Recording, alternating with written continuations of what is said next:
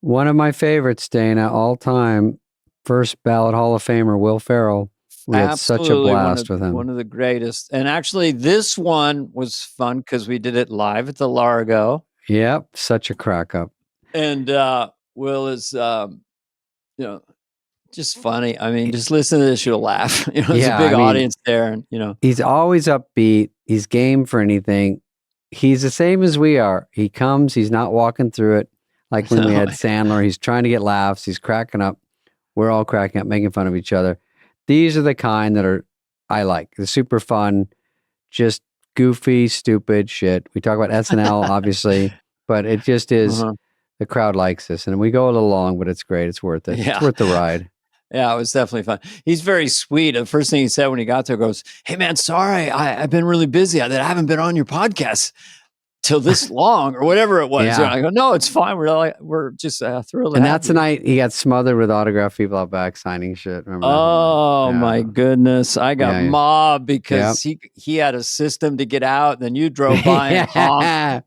I got out. Well, I was the last celebrity with a small C there, and it was like, cut it out, man. I was in a miasma of young people, like it was like a rave off, and I was in the center of it, and they were crushing each other. Shut up, dude. Fuck you, man. Like, come on, sign this. The show's great, but that's not on this next podcast. All right, here he is with no further ado. And no notes. We just winged it. Will Ferrell.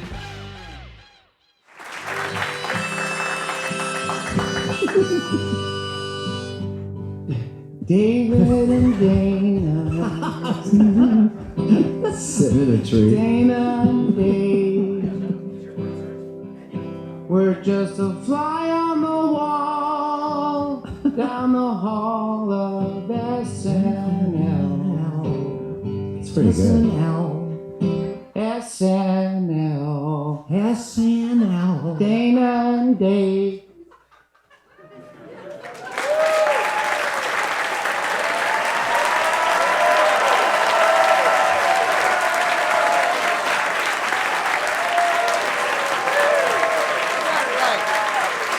They got it. They know. Thank you. Hey, Dan, how are you? That was Jimmy Fallon on our podcast, got an acoustic guitar and made up that Neil theme Young song parody, as Neil Young. So yeah. Could we play it again? Okay. Listen, let's thanks for coming. Let's get our buddy out here. We got a good crowd. They know the show. They know Largo, and they've been waiting. They just heard the Gettysburg Address read to them, so they're excited. There are a lot of rules. Ready for some jokes. I talked to this guy backstage, and he's not really on tonight, but you know what? Dana and I are going to cover for him. He's going to come in the hot seat. That's He's what one it of is. the, I hate to say, all-time greats. First ballot Hall of Famer, John William 42. Ferrell. Here he is from SNL. And other stuff. Yeah. I know that.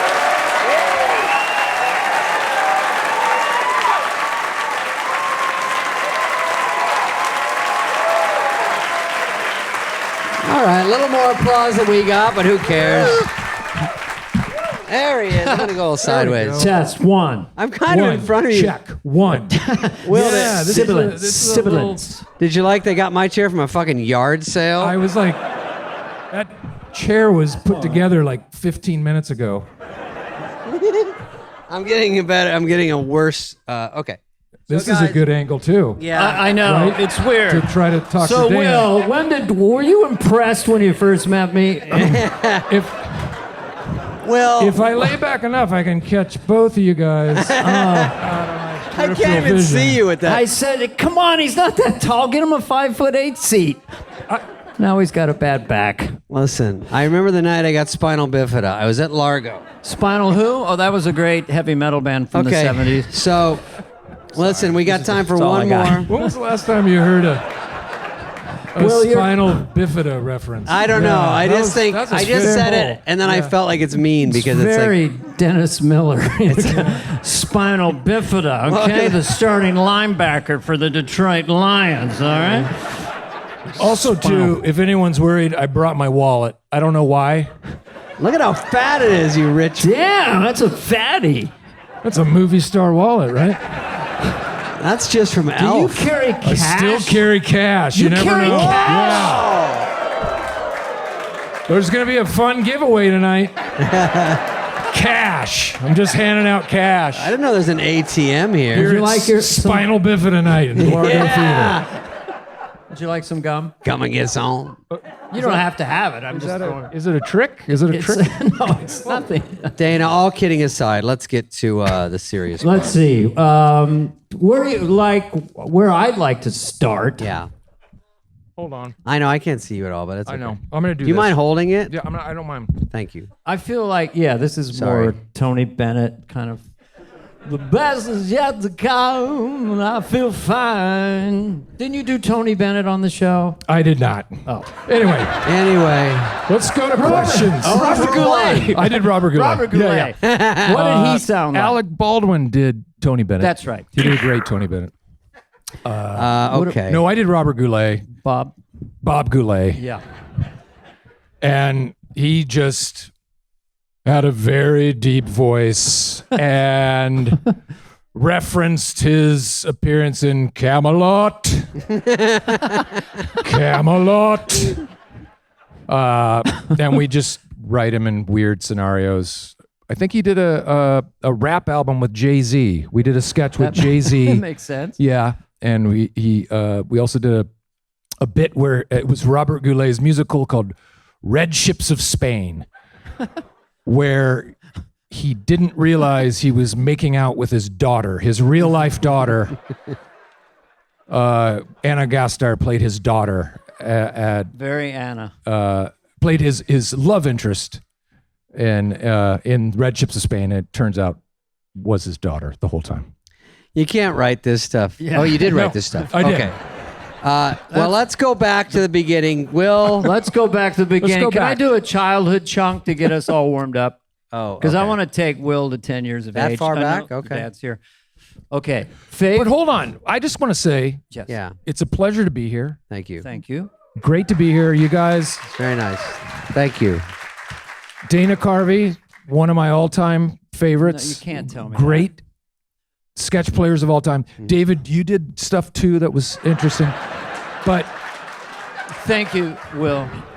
you're on the Mount Rushmore. We're Yes. going to the after party together. Spade, Little Train That Could, you know.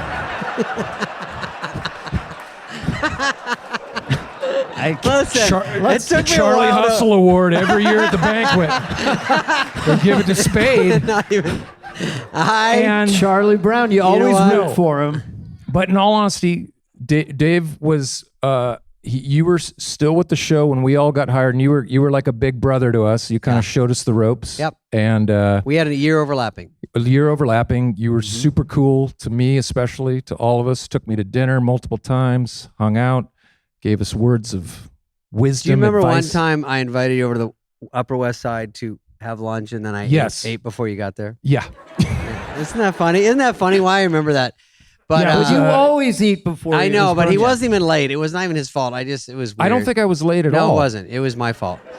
But that was just maybe I was So nervous. he's eating a meal when you walk in. I guess. I think I was finished. And I used to wait, sorry, what? No, not at all. Okay. Back in the days where I was thinking, do I want to get into comedy? Can I even get into comedy? Do I even have the guts to even try this stuff? I would go to open mic night at the Irvine Improv Oh, I love that place. and almost get the guts to sign up, but sit in the back of the house Okay. and just watch the comedians and go, oh, I'm funnier than them. Yeah. Oh, I'm funnier than that. Ooh, no, not that guy. That guy's really good. But Spade, you hosted one. I watched wow. you host open that's mic. Great. And next thing I know, you're on SNL. And You're like, what the fuck? I was like, really? I guess anyone. Well, then anyone could get on do it. SNL. Yeah. Man. It was I No, also but you were super funny and relaxed. And I was like, oh, man. You know, when I saw you on SNL and you guys, Farley, Sandler, those kind of guys, that whole team that I was with left one year. I heard they got fired. I did not know they got fired. Did you hear that? I heard they got I fired. want to meet the guy who fired I Chris know. Farley and Adam Sandler. I think they his name- gotta go. Is his name There's Lauren? nothing there. What? No more gas in the tank. Chris. Yeah. Not funny, period. Get him out of my sight. I don't see a track record. I don't see it. Nothing there. Lauren was like, Chris, come to my office and clean your locker. But I stayed an extra year, which I don't know if that was good or bad, but I stayed. And then I think maybe you and Sherry O'Terry and maybe Molly, they all came in. And the first show that you did, because I felt like sort of went to college but came back and sat on the wall in high school. Like I should have just left with everybody. Right. But I stayed and did I had 5 minutes a week to do my own thing. some more glory. But a little bit. Yeah. I was milking it. Yeah. Some to the kitty. So then I said, okay, I think the first show you did that I remember, you did Get Off the Shed. Is that true? The first That's true. show. Yeah. And that was one I didn't know. I didn't know your audition. I didn't know anything. And I thought, this guy's got some fucking game. Because it was such an oddball, didn't see it coming, didn't know where it was going sketch. And then I think, did you think it's what I auditioned with, actually? You did Get Off the Shed in the audition? Because I saw a clip of you doing the cat. Yeah. And maybe that's sort of a viral clip. To dead silence. Am I crazy? It didn't do well. Yeah, no, it was. What I was was the literally. cat one again? It was just a guy in his office who was like. You didn't give it much setup, by the way. No, there's no setup. I want to know what played to silence. So Lauren Michael's sitting there. Have you got anything else? And you pull this out. Well, we've heard the shed thing, but is there something else? Pure in 8H. Yeah. With a spotlight on you. Horrifying. No one else in there except Lauren in the back smoking a cigarette, just his little ember of a cigarette. Holding them upside down. Yeah, a Tipperillo. It's funnier when you say it. And and the premise literally was, I think there was a table and a chair and a phone, maybe a prop phone. Okay. And it was like, please hold all my calls. Yep. And then I just started playing with cat toys. Like an adult on the ground, like hitting a toy like that. Yeah. And then the secretary would buzz again, and I'm like, yeah, tell him I'll call him back in 20 minutes. And then I go back on the ground. But it was to dead silence. I was shocked. And I remember thinking in my head, like, well, this is going to be a really good story when I go back to LA. And they're like, what happened? I'm like, well, I thought that would be funny to play with cat toys on the ground. They're like, wait, you did that in your audition? You're like, no, it was funny. I thought. The guy who fired Sandler and Farley loved it. He loved it. Now that's comedy. Because the guy doesn't play with cats. I think I'm walking a little bit. Sorry. It was cat toys. He lays on the ground and bats around like a piece of yarn and plays it like that. Yeah. And very funny. And I was watching it because it was like on Yahoo News. They're like, Will Ferrell's first audition. I go, oh, I don't think I ever saw this. And then you do that, and it was like crickets. I go, yeah. Who's there? Marcy and Ken Among, and that's it. That's it. Because you're not required to go to auditions. I don't think. I only went to Bob Louis Van C.K. Rye was like there. Oh, Bobby Van Rye. Yeah. Going, get him next time, guy. Yeah. Yeah, that's the stage manager. Nice try, kid. So you do that. You do Get Off the Shed. Did anything do well? No, because there were no I think Lauren. Did they tape it and watch it or something? They would tape it and watch it. It was being beamed back to like Burbank at the same time. It was being. He's at Hamburger beamed. Hamlet watching. I'm using the technical term beamed. Yeah. It was beamed. You're being beamed. But Molly Shannon told us something about you very specific that I love. She said that when you were in a sketch on SNL and it started to tank, we're all being always. Is that you would triple down. You would go harder at it, like commit. I'd either commit or slow it down even. Yeah. And just I'd take longer pauses in between to torture them lines to where the point Wally at Q Card would be pointing. You have more. So sometimes he's if the Q card guy thought you weren't seeing your line, they would point at it at the line frantically. So I took like a 15-second pause before I delivered the next line. Wally's You're in blue. That's you. But yeah, we would I had this perverse thing of like, okay, audience, you don't like it now, you're really not gonna like it. I'm going to punish you for hating this sketch. even more. That's Most a good would angle. break out in a cold sweat. You had some kind of confidence. But I want to talk about when I first met you, and I knew I would like you. Because you did something. Yeah. I was coming back hosting, Right. Hey, watch out. No, Hey, kids, I had a couple nominations. How we are were you? super nervous and But thrilled. you came up to me. Yeah. And you had a shirt. You had a shirt with a zipper, I think, and you just got really close to me, right in my space, unzipped it, and this massively hairy chest, and just leaned in with a smile. Hi, I'm Will. It was just. I didn't quite. In real time, I realized, okay, he's doing shtick. But for a second, I thought, does this guy have spatial problems? Does he just let him do his thing? He's leaning in, He's and that leaning zipper in. came down a little more, and then the Couple belly squiggly button. hairs. He wants you to get his scent, and then he'll relax.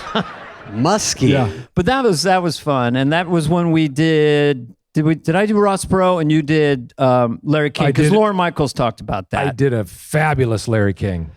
Lauren Michaels called you out. As that sketch was great, and you were great as Larry King. Oh, I was so terrible.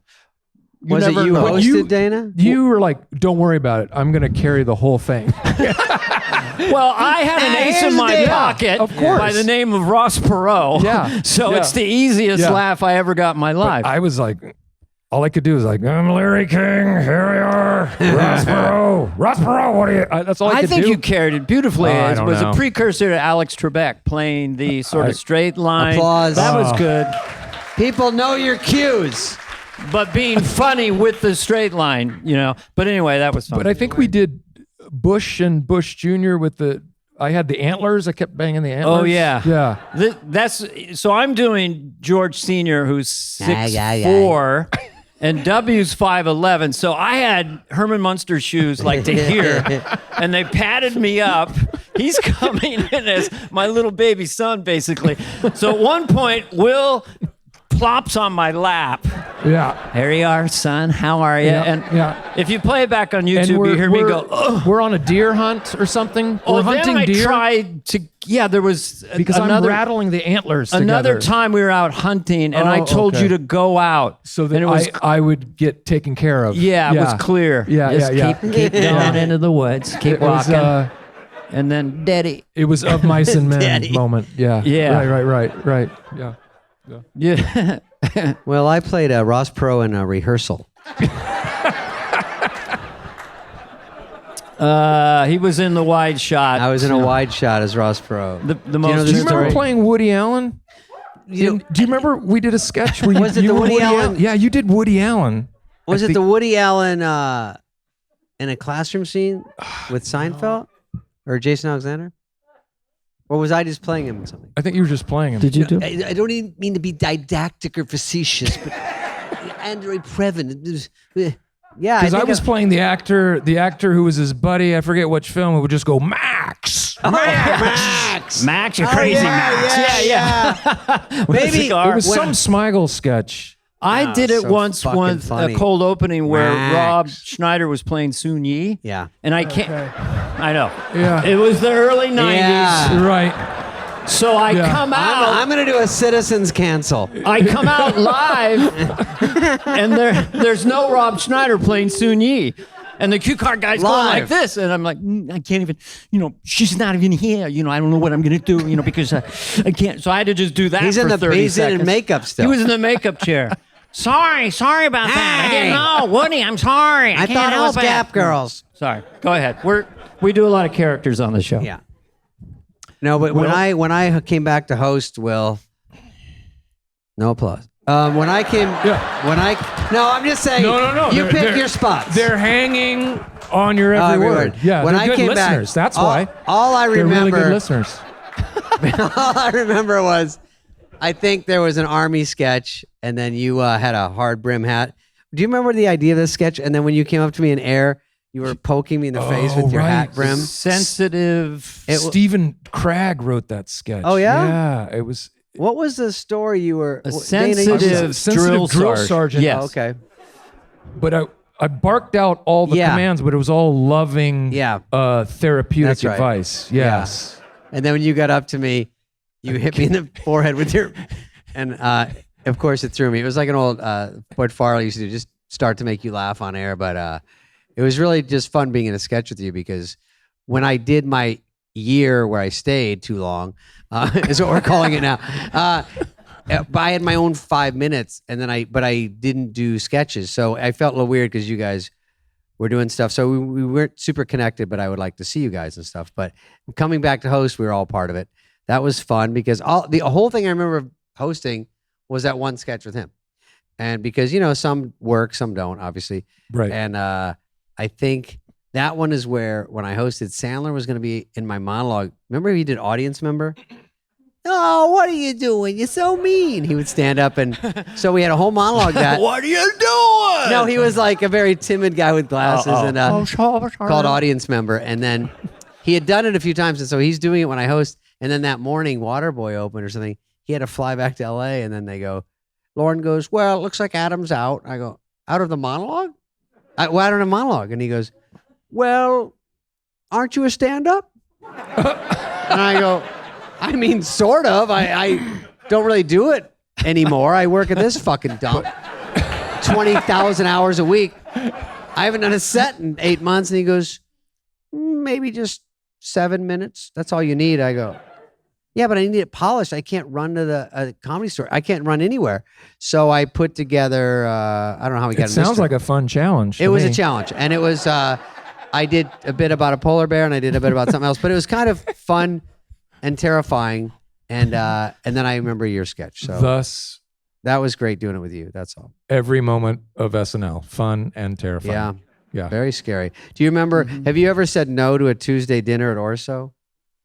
With the host? With host and I think I finally because I remember you guys talking about this in one of the podcasts that you finally work up enough courage to say no. But I think it took because I remember you saying, Dana, saying so that ridiculously it took you true. 5 seasons before it felt like it was like your home gym or before you stopped. Yeah. And I literally remember your words. It literally took me 5 years before I didn't feel nervous every single second. And you had the same experience. Same experience. And so by year 6 and 7, I think I finally had the guts to be like, I'm not going on a Tuesday. Usually it's like there's a Tuesday dinner. By then I host. think somewhere you went to this other gear. I don't know when it happened, but you got good. I think it was the last week. The last week of my last, your last show. My last show. Epic. Cowbell, and then I think you left right after Cowbell, right? Every best of sketches in my last show of the 7th season. I heard Cowbell. I was on fire. You asked them to do So were Bike you Bell. nervous then? Because Bill Hader told us that he was having panic attacks the whole time. I never was able to see it. Like literally panic attacks in the bathroom by himself, crying. But you control it. But were you breaking I never out? got that bad, but there was just, it got less and less with each year. Yeah. But it would always surprise me, especially after that first year where you're like, okay, I think I've gone through everything you're going to go through where you potentially are going to get thrown. Yeah. It would just come out of the blue where it would be, I don't know, it wouldn't even be like the first show of the season. It'd be something like the 7th show. It's like, I don't have a good feeling. This is not going to be good. It's an anxiety. And it would just come out of nowhere. Yeah. And then it'd be fine the rest of the year. But it's inexplicable. It's two things happen. I think there's people like Eddie Murphy was a savant, basically at 19. But I think for most people, you get a little more confident, and then the audience starts to see you, and then you get a little more confident, and then finally, when the audience sees you come out, they're kind of excited. Yeah. And then it builds on it. I've seen it happen with a lot of cast members over time. Yeah, that's why Lauren says with me, I was newer, but like a feature player, but do a few lines here, a few lines there, just to get them to see your face and know you're part of the situation. So then they know, okay, he's one of these guys, and then they will buy you when you do a full sketch. But you were one of the ones that, like Dana, where you came out and you had to be were you a full cast member when you started? Well, we were really lucky because that year before, got rid of all that was dead when weight. They got rid of the dead Farley weight. Sandler. Farley Sandler. Get rid of him. Cleaning out the dead wood. Myers, this clown. Myers, over here. Dana. He's good. Phil Spade- Hartman. Spade Boo. I was hanging onto the door like Titanic. John Just- Lovitz. You know, Yeah. So then fumigate the place so and you were start a- over. So we had eight Yeah, brand new it's clean. cast members and a brand new writing staff. Very weird. So we didn't know any better.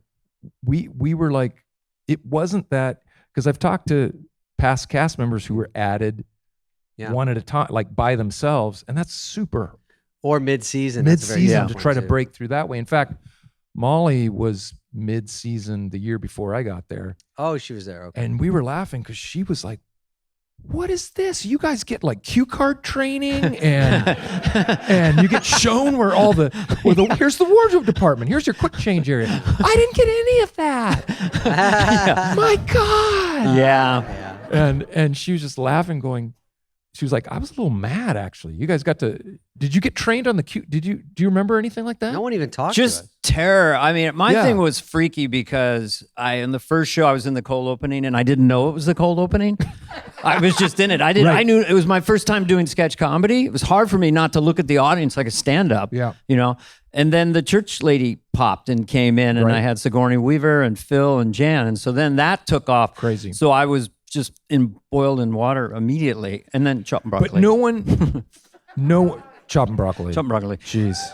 Yeah. Which, That was my first show. that's your first show? Yeah. Oh my God. The cutaway to Phil, by the way, Oh, yeah. just him and Joe, everyone just going, this is the worst song ever. And then Phil Hartman just going, yes. Phil Hartman, I'll give you Hartman. as great a compliment as I can. You Yeah. remind me of a lot of people, Peter Sellers, and you also remind me of Phil. Well, thanks. Because you were Alex Trebek. That would have been what Phil would have played that But character. Phil Hartman and Dan Aykroyd were like my guys Yes. I looked up to. 'Cause I just loved how they could swim. They could be the main guy or be the background guy. Yeah. And that's what I loved about ensemble comedy. Yeah. you know? And everyone who knows them both just said they're kind of scientist comedians. They Yeah. would Phil would read, books about Evan Root motorboats on the set and then pick up a script, kill it in the rehearsal, come back. And Aykroyd's the same way. He's interested Phil in Hartman science and astronomy. Came to host when we were, I don't know if it was that first year or the second year. Really? He comes back to host, and I'm in the room. I think it was with Tom Giannis and Adam McKay and Keckner. And I just can't, I don't know what to say to him. So I'm just sitting in the Aw. chair, and I'm just like, that's Phil Hartman. And he finally picks up on it. He's like, what gives with the Ferrell kid? What Cat gives? got your tongue? It's like, do I walk out of the room? I was like, and I was just like, no, I just what these guys said. That's just, yeah. I mean, I'm writing the thing that they're gonna write for you too. And but he was just, what a great, There was He's a just something powerhouse. about him, and he Yeah. was so effortless, and he didn't care, and he was so unassuming about it. Yeah. And that's why we nicknamed him the Glue. He was Yeah. just somebody who was always there. But God, he picked up on the fact that I wouldn't, Yeah. I couldn't speak. Yeah. God, couldn't that's speak so around him. interesting because now we have data of where you went and Completely. where you're still going. Yeah. Yeah. And to hear this stuff, I feel that's like it very kind of- human. Yeah. Stopped. Do you remember? Do you remember when I ran? stopped. Do you remember when I ran know into where I you at ran the it. You Laker don't even game? say it. I hadn't seen you in a while. I run into you at the Laker game. You're like, oh, hey, Will, hey, sorry about the career. I can't even hide my jealous rage. Yeah. You're like, hey, by the way, good to see you. Sorry about the career. Yeah, sorry everything went up on a fucking rocket ship. No, because the first time I saw you was at Butterfield and Butterfield. Oh, Yeah, you heard me. oh man. No, He you worked did- at an auction house that is Christie's now, I think, on Sunset. think- I was I buying think it's Elvis Bonham's, memorabilia. And I took my Oh, Elvis's gross credit card. new money, Yeah. and I bought an Elvis set list. Joey Esposito, who is Elvis, is one of his buddies, was there authenticating stuff. I got a set list that he wrote out his handwriting, and I loved Elvis. I bought one of his guns, and then I bought and then his packing watch. heat. And I thought it was cool as shit. And then you worked there, Yeah. and then you I had my Land Cruiser, which I still have tonight, and you walked me out, and that's where I met you. And then when I saw you at SNL, I think we remembered that you worked there, right? You did work there. Oh my God. Yeah, no, I worked there, and my then good friend, and Vivica, that was the last time I was funnier than later you. my wife worked there too. Oh yeah, she worked there. Oh, Vivica that's was right. She was the auctioneer. Oh, She hey probably bada, hey auctioned bada, off- yeah. Oh, exactly like that. Hey bada, hey bada. Can you yell out a number? You keep saying hey bada, hey bada. We can't follow the bidding. But it was interesting seeing you there, and then obviously we joke around, but the monster movies after that. I mean, we could talk about SNL because I was going to ask you before we get to all these movies. What was your favorite commercial parody you were in? Do you remember commercial parodies? Did you do a lot or not? Yeah, I didn't. I was a little bit bummed. But when I first started, I wasn't in. I don't think I was in any of those initial commercial parodies. And usually it was sort of like jury duty because it takes you away from the show a little bit because you have to dedicate a full day to shooting it during the week. And now they do a lot of pre-tapes during the week. Yeah. You see the host in a lot. They beat the shit out of them. But you'd at 6 a.m. come sometime in September to start. You can go do them early? Oh, yeah. You go do them early. I don't know if we did that. Before that first show. Yeah. And, I wasn't in many of them. Knock out one or two. Yeah.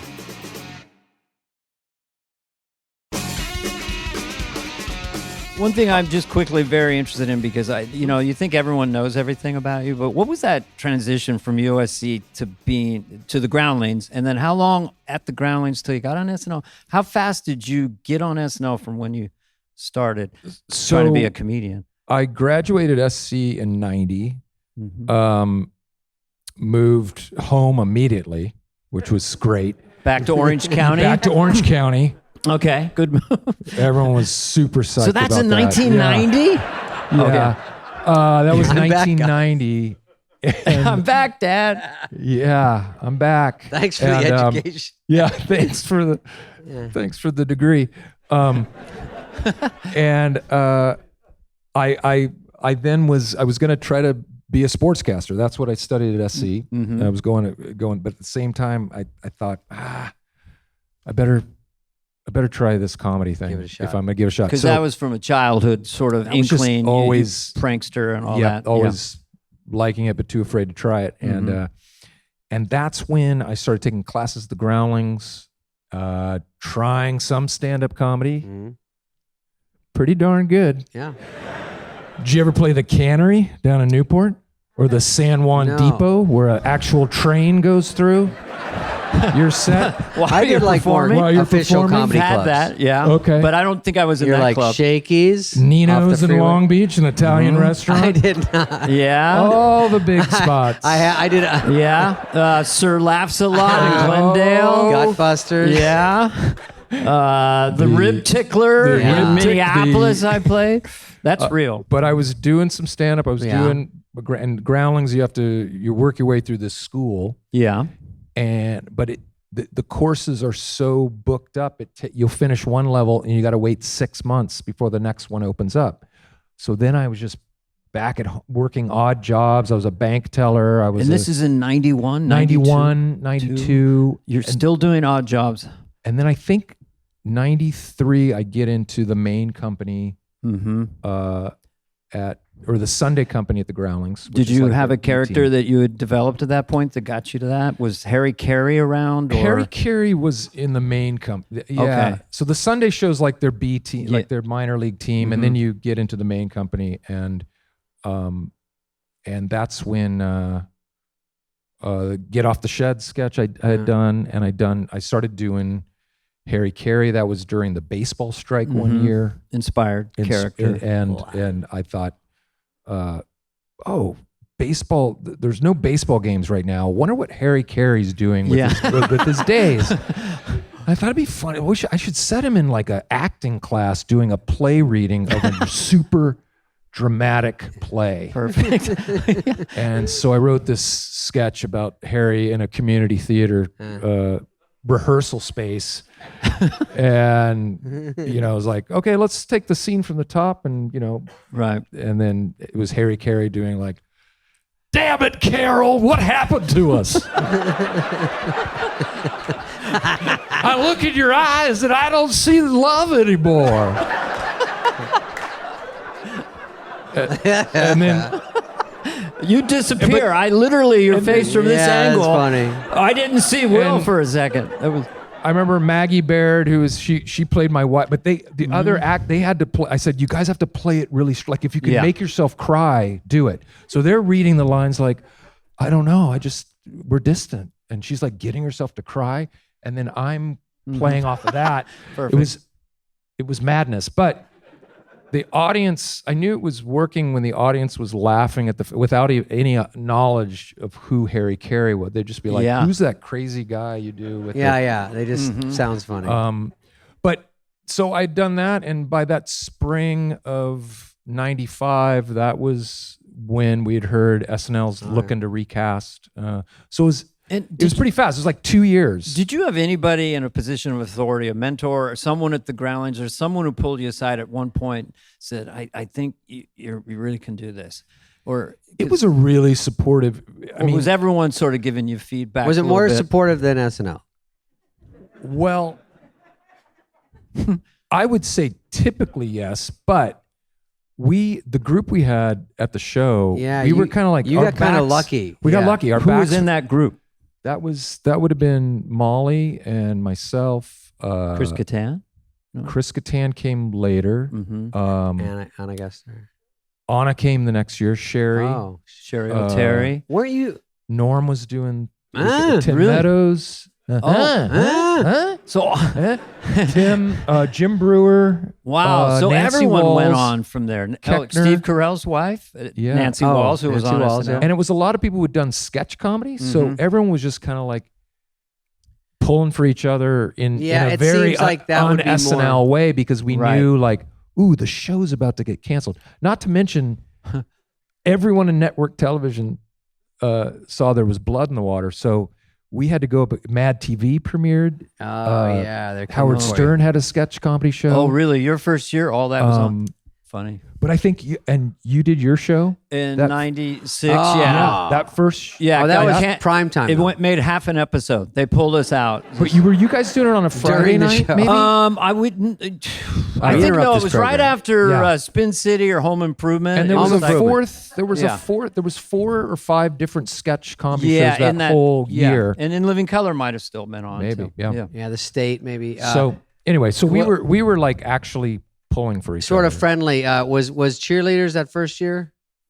Was that first year? So you had a couple that really worked. So there was no danger. No. There was. Don't ruin the flow. You're getting it wrong. When I say my stuff. No. But Cheerleaders must have. I think it crushed from immediately, and then you did it a few times that year. So you were in no danger feeling down deep. You might get fired or anything. You were doing well enough that first year to go, I'm pretty solid. Except they did a thing where I think we were signed for the first 9 shows and then picked up. A pickup? Ooh, gross. But then it was a gross pickup. It's just. But then they broke the contract and they said, nope, you're just picked up. You're picked up for just 5 more shows. Wow. And then we'll see if you're picked up for the last 5. This is your first season. Just getting these little pickups. Yeah. That's what happens when I date girls. They pick me up for 2 more dates and then they go, we'll see how it goes after that. I'm sorry. You don't have to laugh. No, you don't have to. Yeah. It's all right. They thought you said it, so I started laughing. Yeah. No, he's been but it was still harrowing. It's by the way, I don't think you're ever relaxed there going, I got it made here. So I don't think that's ever a feeling if you're new, even if you're doing great. Except those last couple seasons. Yeah, I really at the felt end. like right. But I did have a fantastic. So when my my last year, when I just decided that would be my last year, for no 7th good reason. season or whatever, just felt like the right amount of time. Lauren took me to dinner to talk me into staying. Chili's? Houston's? I can get us in. I can do Hillstone. Houston's at 9:30. Does that work? After the rush? Yeah. These dinners are very interesting. So, Will, you're going to stay. That's how he does it sometimes. You'll stay another 2 years. Oh, yeah, just tell you. He'll tell you what's going to happen. I think it was at Pastis. Oh. Yeah. Okay. But how awkward, because you want to say no. You want to leave, right? Well, you'd already filmed Old School, but we'll get to that, right? Yeah, that was in the can. That was in the can. That was in the can, but no one knew. You didn't know where it was. That was in the can. That's a term for in the can, it's meaning, been filmed, yes. it's edited, but they haven't shown it because they used to have celluloid. Wait, you It's did in the that? can. You did that in the summer, and then you came back and did SNL? I think I did it partly through Oh, part okay. of the fall of that seventh season. Okay. So how did Lauren pitch you? Lauren said the most. He said, "So, I understand you're thinking about leaving, and I would just suggest this: you're at a high point right now, but you want to start just to begin to dip, and then you should leave." And I was like, "But Lauren, that seems counterintuitive." Like. And then Worked for John Lovitz. when Lauren doesn't really want to hear an answer, he always goes, "Just think about it." Yeah. And so No. Just think about it. Think about it. That trajectory I'm you going go to draw down the and then chart you on a napkin. Yeah. And I High remember, point? I'm going, let me just think about waiting for me to dip and then leaving. I will think about that. And you just said, I'll think about it. And then we never talked about it ever again. But So- it seems like, you did Molly's movie. You did you did the movie with Chris, and you were kind of, and then you'd done Cowbell and everything else. It seemed like your timing was impeccable. I mean, you were ready, but you could have killed so. for 3 more years on the show. Yeah. If you wanted to. I mean, if anyone had put a showbiz gun to my head and said, "This is all you get to do," I would have said, "Great." Yeah. It was the hardest, most fun job I've ever done. Most exhilarating, bizarre. Right. Yeah. Yeah.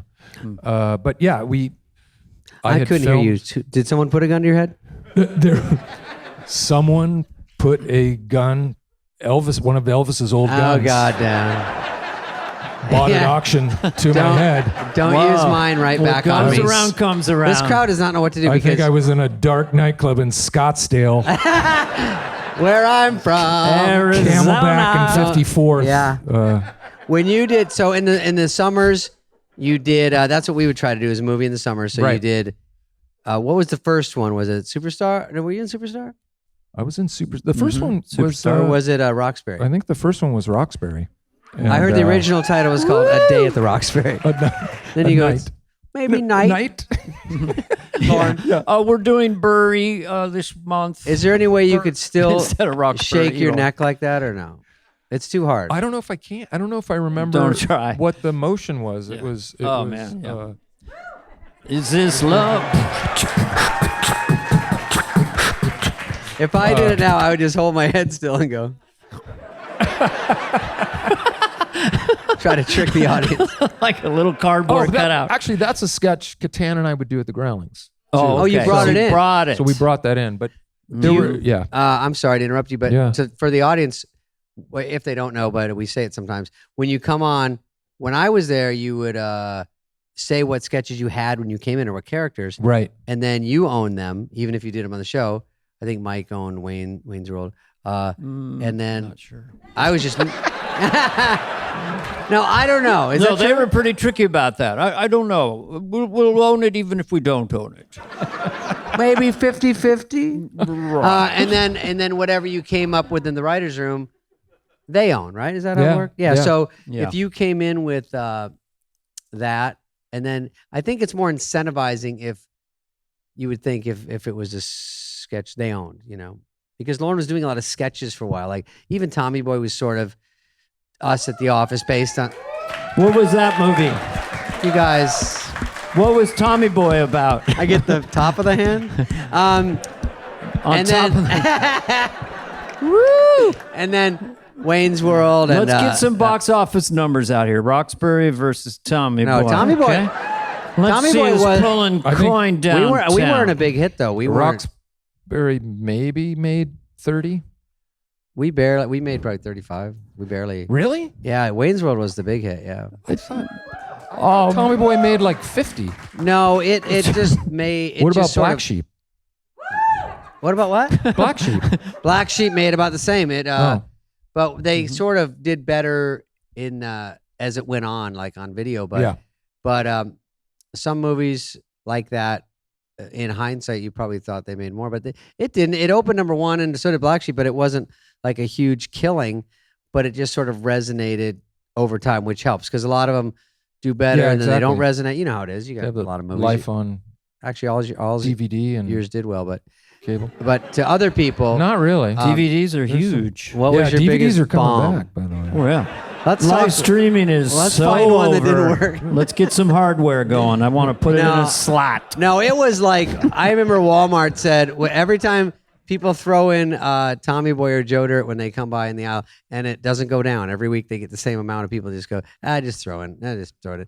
So that made money, I guess, for them, but not really me. But I like those ones that kind of live on. There's not that many.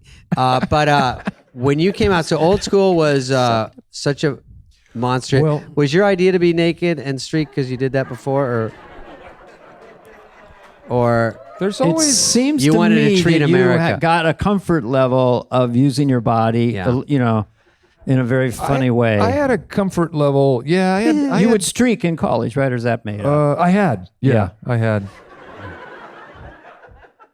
My dad's in the audience tonight. Dad, oh yeah, you're trying to overthink your answers. I streaked in college, Dad. Your dad is out there right here on our audience, Mr. Yeah. But yeah, I was always. That was the thing I loved about Chris Farley. I mean, I just Chris remember. would do it I remember too. thinking, okay, I'm going to meet people that are just as funny as me and people that are much funnier than me. But they won't be able to outcommit me. It was like my promise to You were a myself. committer. Well, you Yeah. fulfilled that So- promise. I don't think So- anyone committed harder. I had no problem taking my shirt off during sketches and things like that. But I do remember reading the script for Old School and reading that joke, and there's sometimes a disconnect that you read it and you go, that'll be funny until the day you actually have to And it's at perform night. it. And you come out of your you're like, trailer. What are you wearing? A robe, or what do you? How do you come out of your trailer? To shoot this. And we Little were marble shooting. bag? Will, Yeah, it's a time little, for the run down the street. little marble sack, Yeah. as they say in the industry. Yeah. We shot it here in Montrose. Anyone from Montrose here tonight? I've only heard about Anyone that on remembers weather the reports. band Montrose? But yeah, we shot that right out here near Altadena, and I just remember we were shooting in front of a bunch of storefronts, and there was like a local health club, and there was all these yuppie people working out, getting their power walking in, and I said to the PA, like, has anyone told them what's about to happen? Because I'm in the robe and I got the marble sack attached to the crucial area, and does anyone know I'm about to drop the robe? And like, do we want to tell? And, some kid on a headset, like, what? Huh? Yeah. I don't know. We want to get real reactions. Okay, back to one. I think that we're going to film it now. We're ready. That first take, I'm running. And I'm trying to call, I'm like, honey, we're all going straight. I'm hearing off in the distance through the window of the health club, oh my God. oh.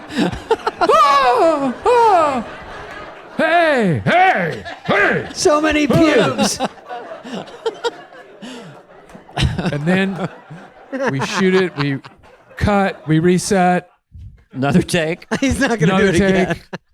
There's like one old guy in there still power walking. Extra. And by the third take, health club totally cleared out. No one wanted to watch me run naked down the street. How many takes? It was probably more than we needed. Camera from behind and from behind. Crane shot. Got to bring in the Super 50 Techno. Yeah. Side shot. Yeah. And then camera in the car where I go in butt first to sit down. So yeah, bunch of Dana, takes. I know this is supposed to be about Will. I remember Bunch that of movie. Dana, Funny Will, as can I hell. tell you one embarrassing Yeah. story? Oh, here we Just go. remind me Take a of walk. I have to move for this. Okay. It's not worth it at all. But we'll take it out later. So this is embarrassing because one movie I did called Warning Shot. It was sort of a drama, and there was Thank you. Warning shot. That's when you played the kingpin, right? Oh yeah, I was a bad guy. The drug lord. So I was a drug lord. Dana, I knew you'd see the trailer. So You sent it to me. So there's Dana. We're taking this all out anyway. It doesn't It's matter. all Say being whatever. edited. I gotta watch Warning Shot. So we'll watch it on the plane. I wanna So put it in my notes. Here I am. And you got it down for sure? Warning Shot. Warning shot. Okay. And I don't want to give the whole thing away because everyone's going to run home and watch it. Who directed Warning Shot? I don't know if we had a director. I realized halfway through we were just all talking. AI directed it. So they said there's a part where I get squibs, lingo. So there's a gunfight. You're gonna get shot. So they have to And it's the fake blood. squib me up. So they put like little Pepsid ACs on you that blow up. You know what I mean? Like whatever. But they have to.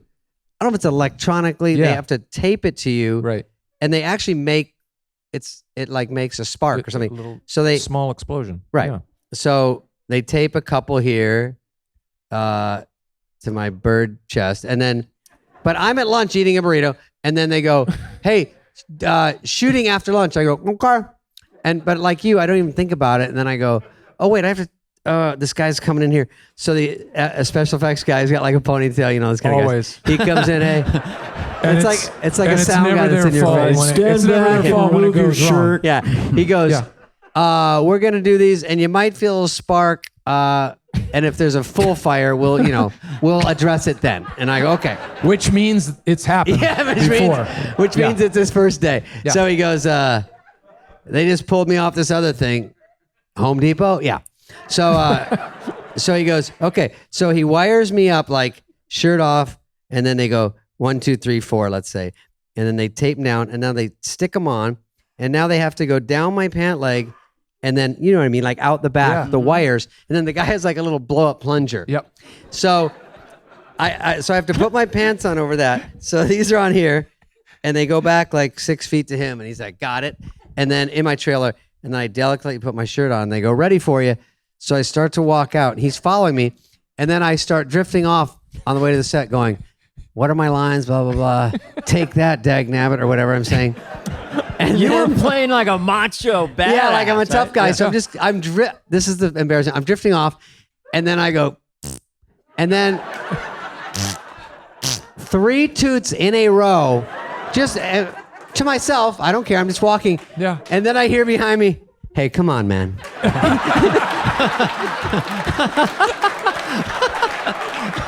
I forgot he was 6 feet and already leaning over. Hey, come on, man. Because I'm first team, the worst thing you can say is, come on, man. He wanted to bust my fucking head open. And he goes, it's cool. But it wasn't cool. It was so horrible. I couldn't apologize, but I had to laugh so hard first because it was so uncool. And then he's walking through. And then guess what? The squibs went wrong after that. Because squibs were a relief after that. I just walk on the set. I go, "Are we ready?" And he's like, "Blam!" And I'm like, he's like, "Oh, early." It's usually the indignant special effects person, who they get mad at you even though they didn't have it hooked up right. Yeah.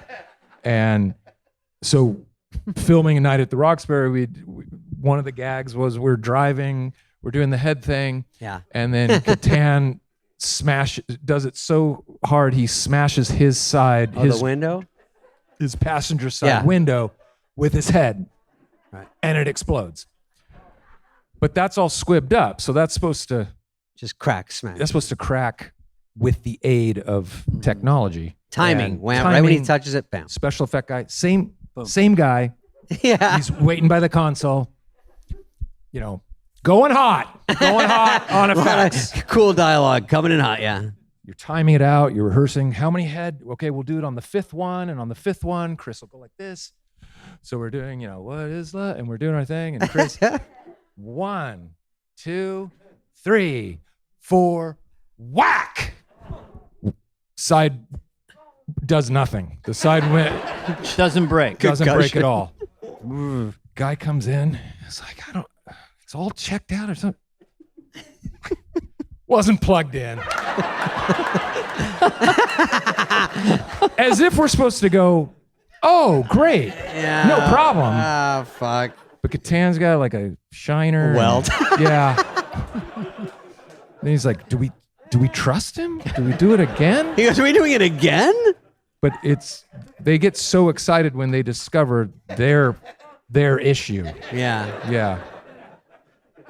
Anyway. He's like, it wasn't my fault. It wasn't plugged in. You're like, that's still your fault. Isn't it funny? It wasn't plugged in. Can you believe Hysterical. it? It wasn't plugged in. Show business is difficult. That's all we're saying. It did.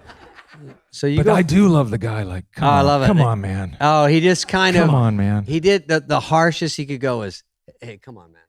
Like, and then I was like, oh my God, he can't yell at me. It's so, because he just.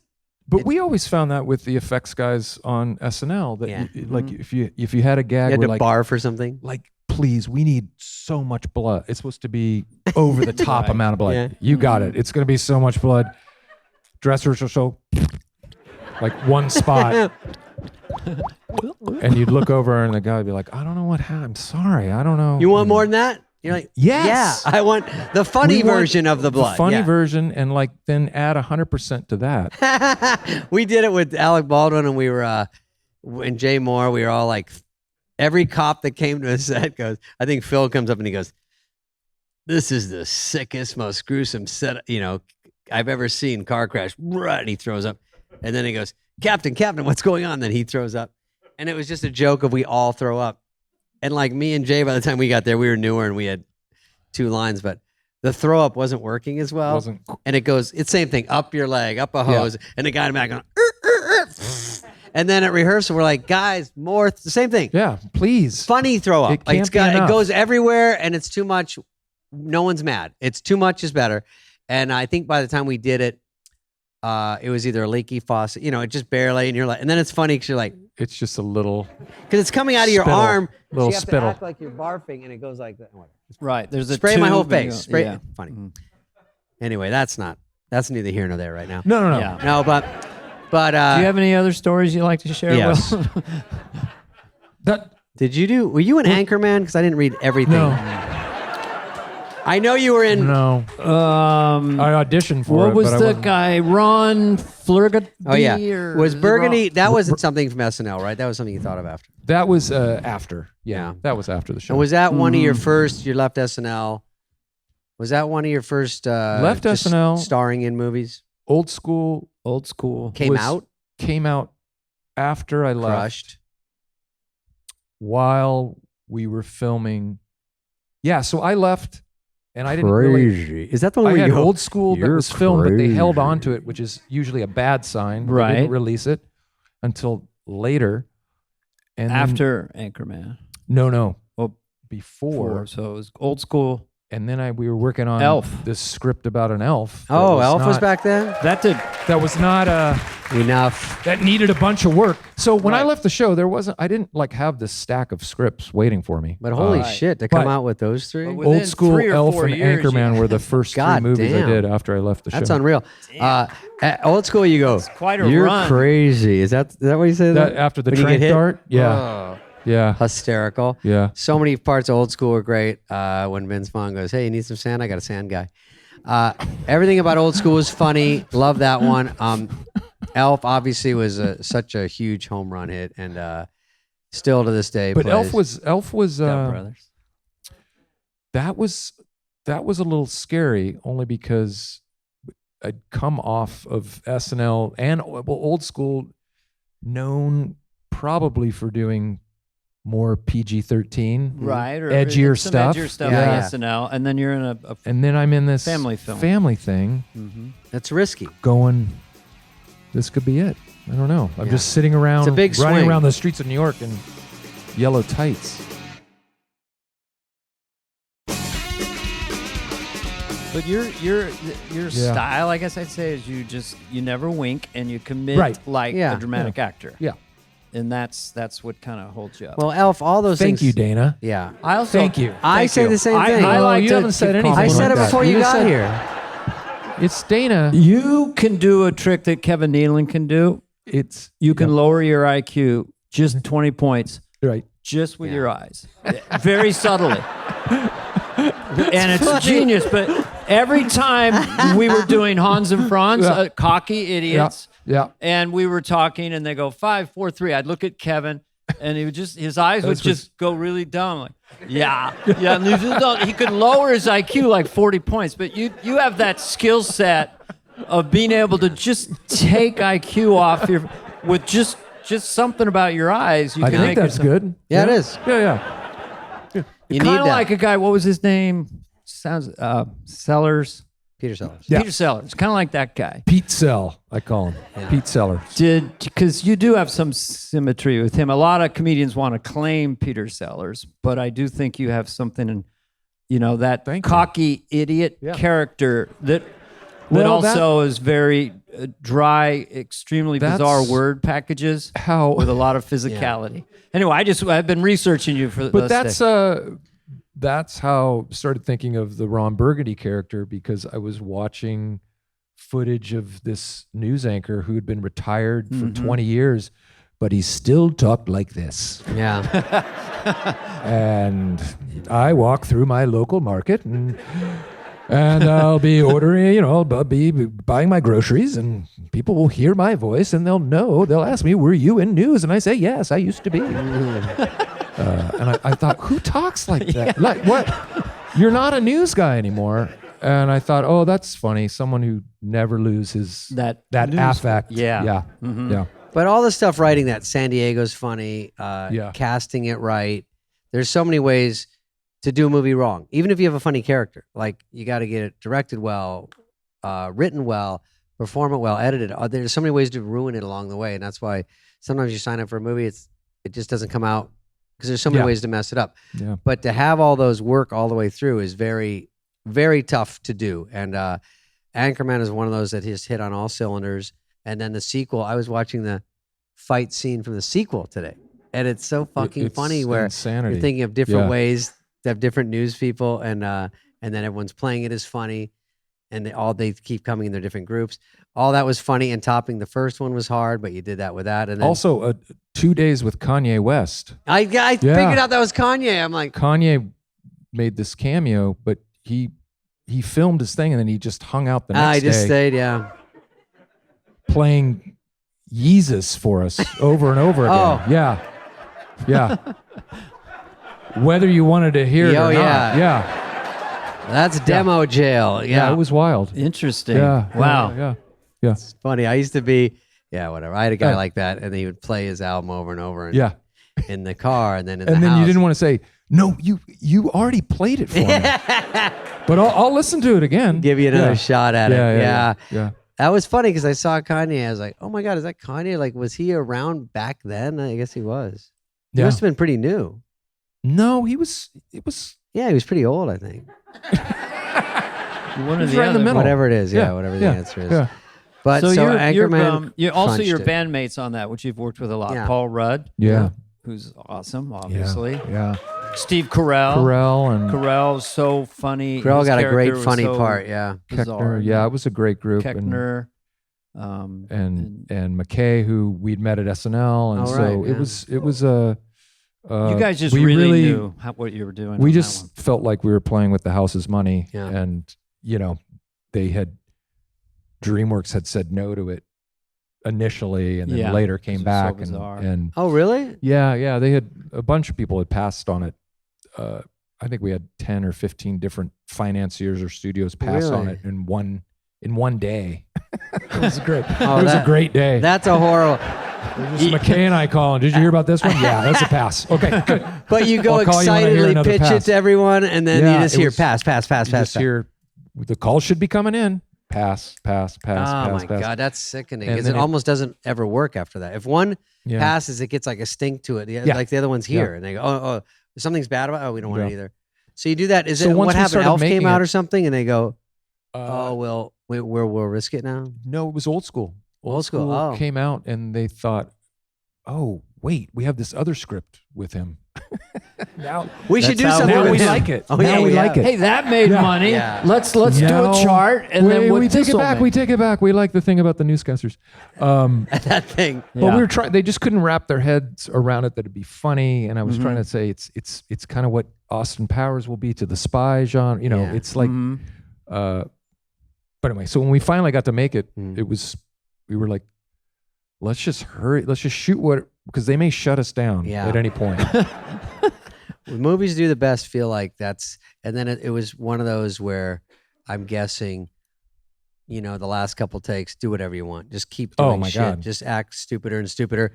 And then someone's got to pick the one that you live with forever. But then you go, God, there was 5 other ones that were just as ridiculous. Did you ride that way? I mean, because were you on 35 millimeter film in the 90s? And then you get on the Anchorman set or whatever, and you got digital for the first time, or no? When did digital come in? Not till Anchorman 2. Yeah. Because then you could improvise for 20 minutes. Yeah. But we would do it anyway. And just run out of because it's expensive. But you just okay. And but yeah, we would just go until we heard that film run out and go to the line producer and just say, you got to, can you give us cover here? We just need more film stock. I don't know what else to say. Yeah. And luckily the studios usually, once you got going, they were okay. Or they see the dailies, they know something's happening. Yeah. And Talladega Nights is another monster. So that one, no questions. Just wanted you to get the applause. Yeah. No. And Blades of Glory. Riley, was that one of the first with Riley, or he was also in? I saw. No. So John did the table read for Anchorman, and we really wanted him to be in it, and he was doing. He had to go do Gangs of New York or something, some bullshit, bullshit Scorsese thing, and I'm out here, priest. So, but it's good you guys wound up in that. Oh, and Step Brothers. So you guys round up in those, and these are consistent, successful comedies, which isn't easy. Very, very hard to do. Yeah, it's been big hits. It's been good, which is why it's just fun to use your guys' podcast to announce my retirement. Yeah. And so should we be honored? Do you feel like you're hogging all the good movies or something?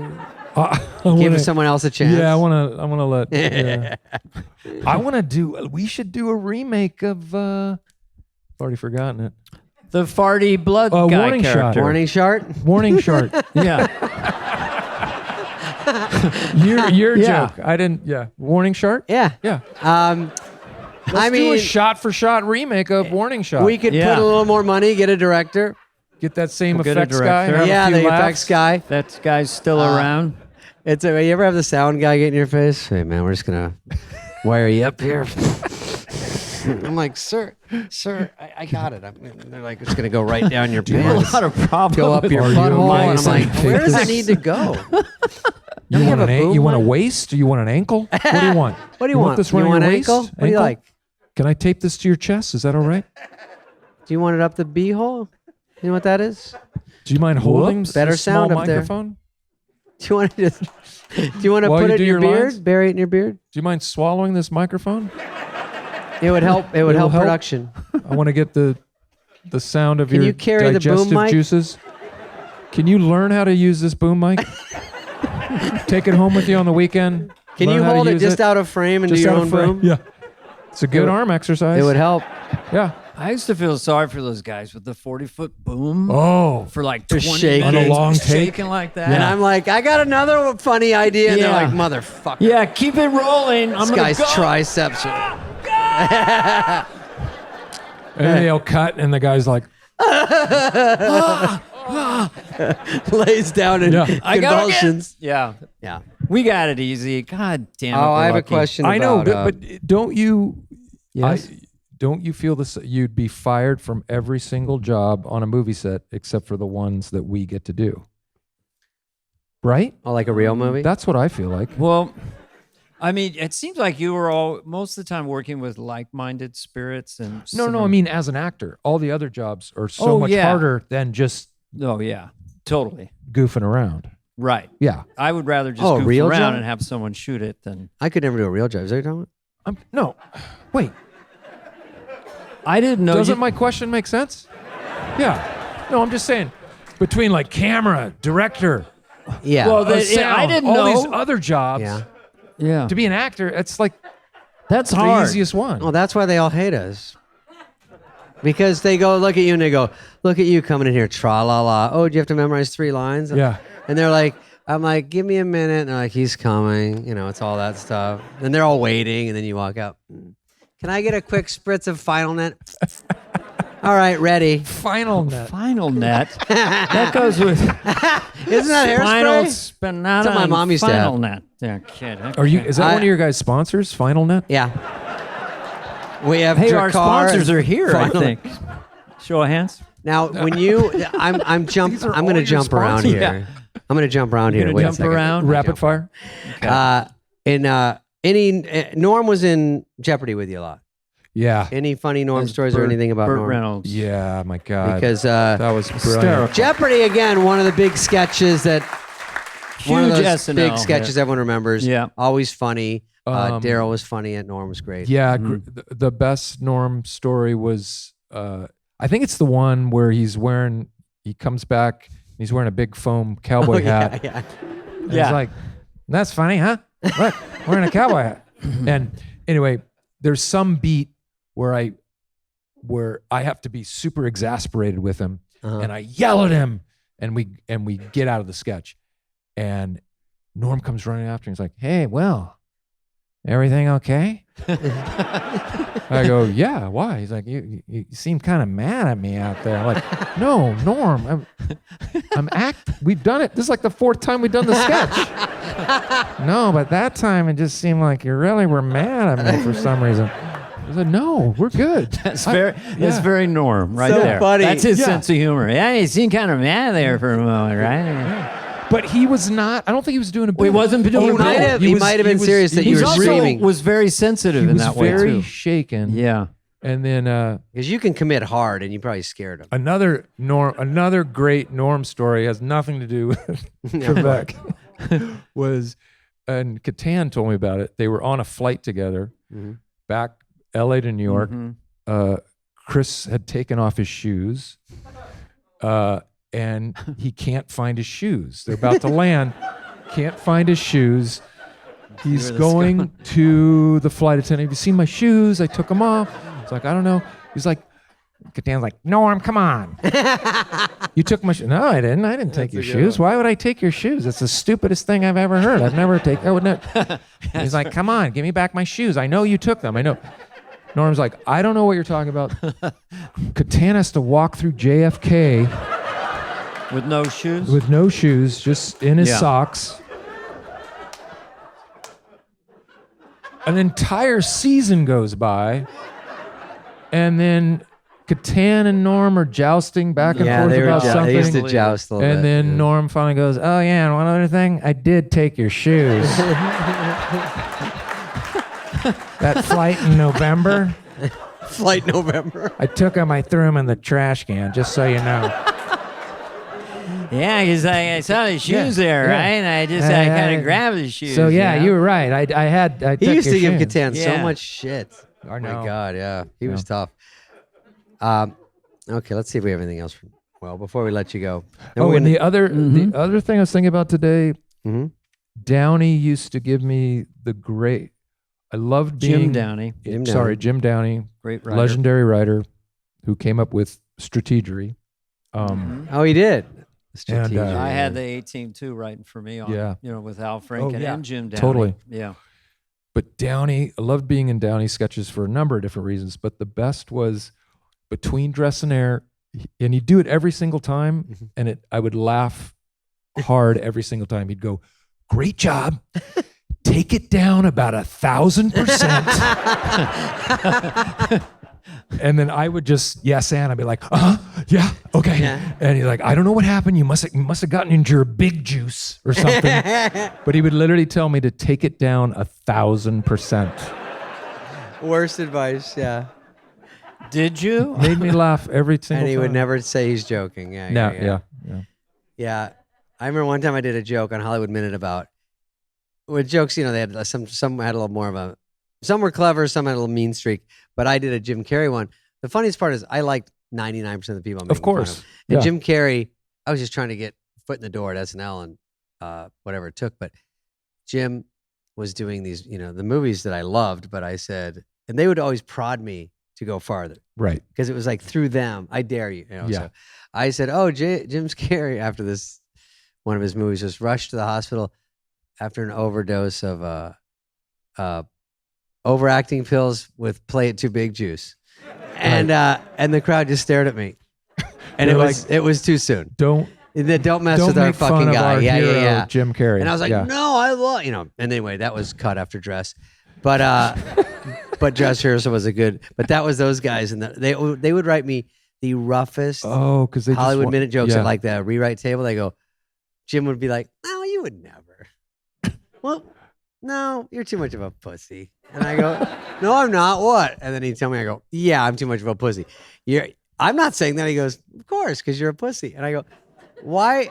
But it was all whatever he wanted to say and get the anger out and get to me. Well, then they hide behind the whole thing. Oh, I know. That's why it's so funny. They get to say whatever they want, but I would have to sort of temper it. But always funny. I mean, they're just fucking around. Wait, one last Norm Macdonald story. Yeah. Sorry. Love him. Do you remember the Mama Celeste frozen pizza commercials? No. Yes. No, I don't. And it was this, and she would say, "Abundanza." Abundanza, yeah. Which is a made-up marketing word. There's no word in the Italian language. I thought that was genuine Italian. Yeah. And one day we're sitting around in the writer's room having lunch, and we're doing a bit where I'm like, "Hey guys, this lunch is pretty good. Abundanza, right?" And everyone goes, "Yeah, abundanza." And Norm's sitting there like, "Norm, come on, just say it. Say abundanza." Like, "No, I'm not going to say it." I'm like, "Come on, Norm. Just say it. Abundanza." "I won't do it. I'm not going to say it." We get like 15 of us like, "Come on, Norm. It'd be rude now. We've all said abundanza. You should just say abundanza." "No, I don't want to say it. I'm not going to say it. I won't say it." He never would say it. Anyway, that's the end of the story. But yeah. All right. Well, I think we were going to have a few people just like his voice. Ask a question. Hey, a penny saved is a penny earned, they say, right? That's like 100% return. You can't get that anywhere. Is that what he said? I was just talking on the phone with Norm, you should bury some money, right? Because then later on your relatives will dig it up and they'll have money, right? He just had the driest, funniest vibe. I didn't have a TV the first year I was on the show because I just didn't buy one because I thought I'm never going to be in my apartment.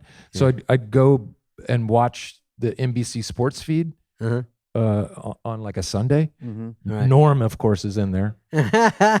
And Norm enjoyed gambling on sports. Sure. And we were watching some game and I'm like, "Ooh, got to watch out. University of Cincinnati. They're pretty good in the mud."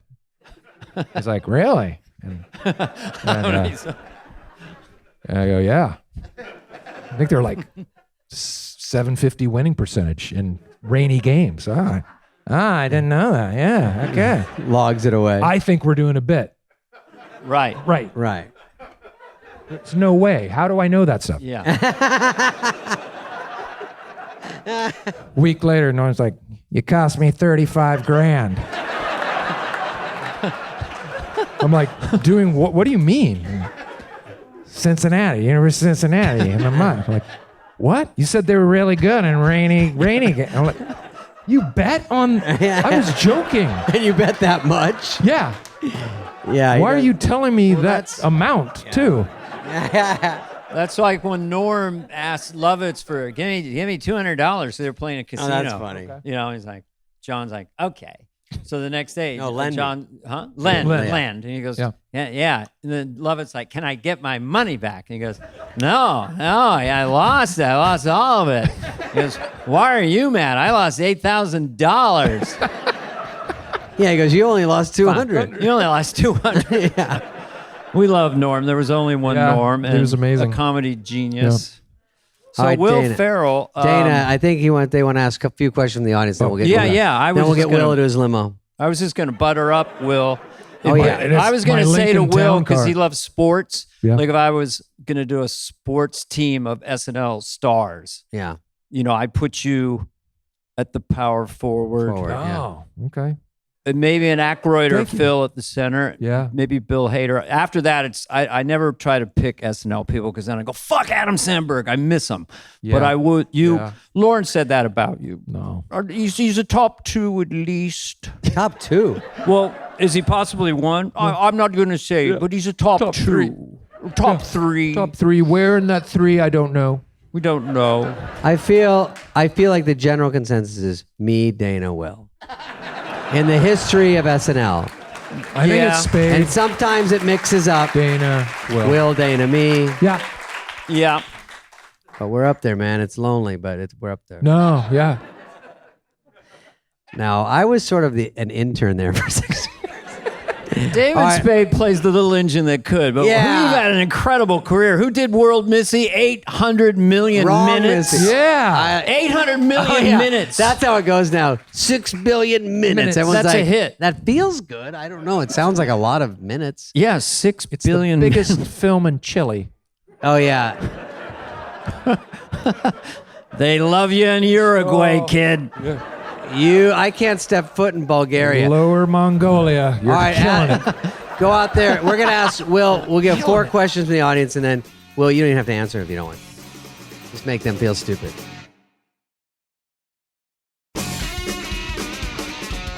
All right, does anyone have a question? And then he'll run out there, and then... Oh, we got one over there. Let me see. Oh, wait, too late. He was over there. Oh. Oh, no, I'm over here. Hello. Okay. Do you guys have a favorite sketch that literally just never made it even past pitch? Like not something that got cut for time or cut from rehearsal, but you pitched it and you thought it was great and it just did not go over.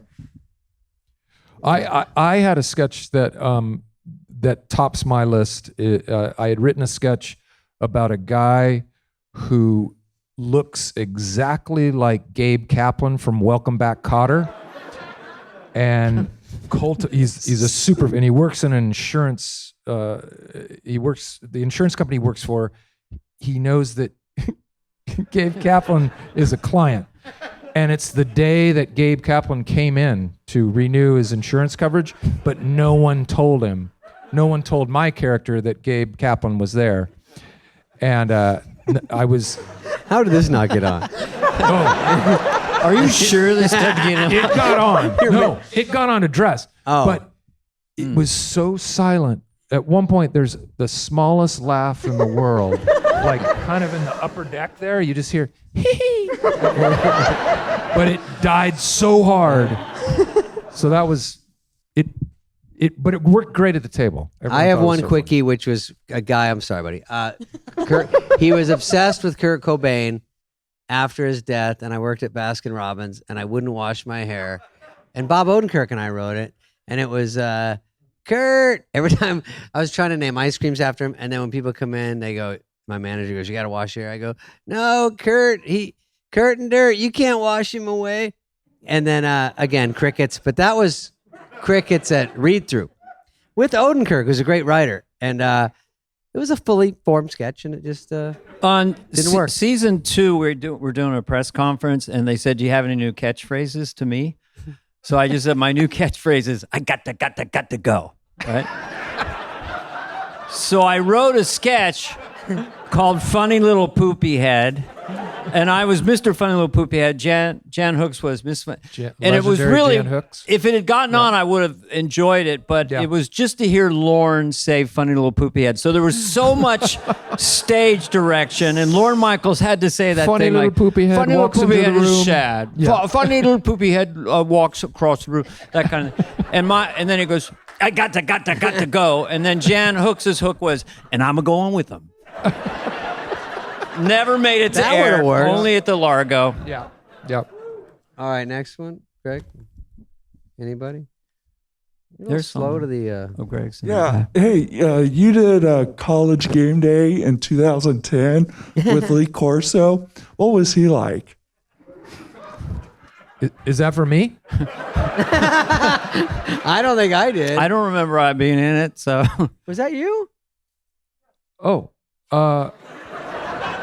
It was a film called College Game No, Day. College or Game Day. would that have been outside the Coliseum? Yeah, that would have been outside the Coliseum. Oh, before the SC Oregon game. Yeah. Oh, easy, Rain Man. Are you wearing an N95? Yeah.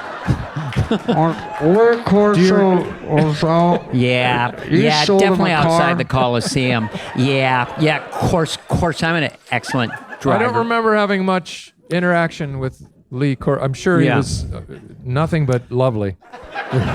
What about Lee Van Cleef? Did you ever do anything What about with Lee Lee Van Majors? Cleef? All right. Lee Van Cleef and I. Wait, That just guy ask was this awesome. guy. This young man, you've had your hand up for so long. Go ahead. I think for the Here he podcast, is. yeah.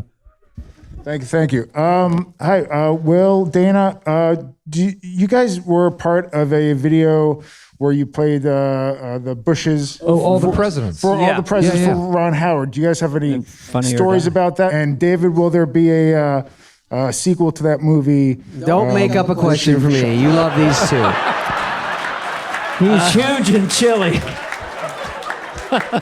And David, are you taking an Uber home? First What of are all, you that was with Funny or Die. For Funny or That Die. was for Funny or Die about passing legislation. Yeah, some legislation.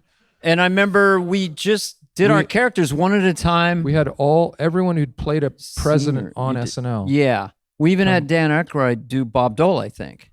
Or I know he was there. Bob Dole. Aykroyd. Or We was had it Norm? Aykroyd. Aykroyd did Jimmy Oh, Jimmy Carter? Jimmy Carter? Oh, yeah, probably Jimmy Carter. Oh, did you do Nixon? Oh, God, he did a lot. Yeah. I'll just do all Chevy. Mind me. Chevy did Ford. Chevy did Ford. Fred did Obama. Yes. Wow. Oh, wow. It carried you the wrong way, huh? I just remember when I was doing something and you said you liked it afterwards. I was just ad-libbing as George Bush Sr. and the phrase came out. He went full fecal. I don't remember what it meant, but I remember he came out after him, like the full fecal part. You just remember things. And Full fecal. Full fecal. fecal. Gotta do it. Fecalcation. Yeah. I'm getting more relaxed all the time. I know. Yeah. We're finally relaxed. We got one more question. All right. Hey, this is Ferrell. Whenever you were on SNL, you would often go on Conan as different characters. You would never come on as yourself. Yes. Was Conan aware of this? Because I feel like he was not in on the bit, and he was often surprised when you would do this.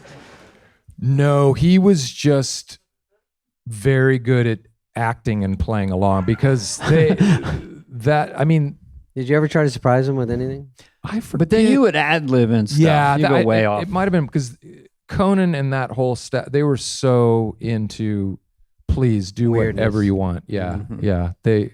That was like the greatest show to go on, that early Conan, because they were just embrace any sort of bit. It was like, I have an idea where I want to get in a drum off with a kid drummer and he's going to be much better than I am. And then I'm going to chase him out of the stage, and they're like, yep, let's do it.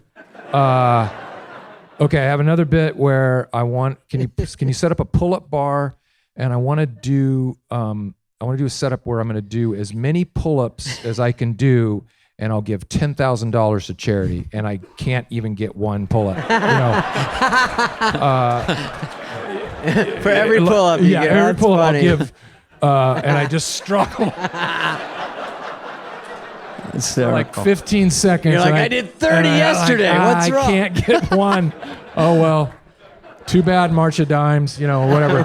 But no, they would go for everything. And It seems like you always had a gear where a lot of your stuff, if the sound broke, I call it funny with the sound off, it would still work, Just because, like the cowbell guy, just the way you were dancing around, like it, just all that. And walking was good in that too, oh right? my God.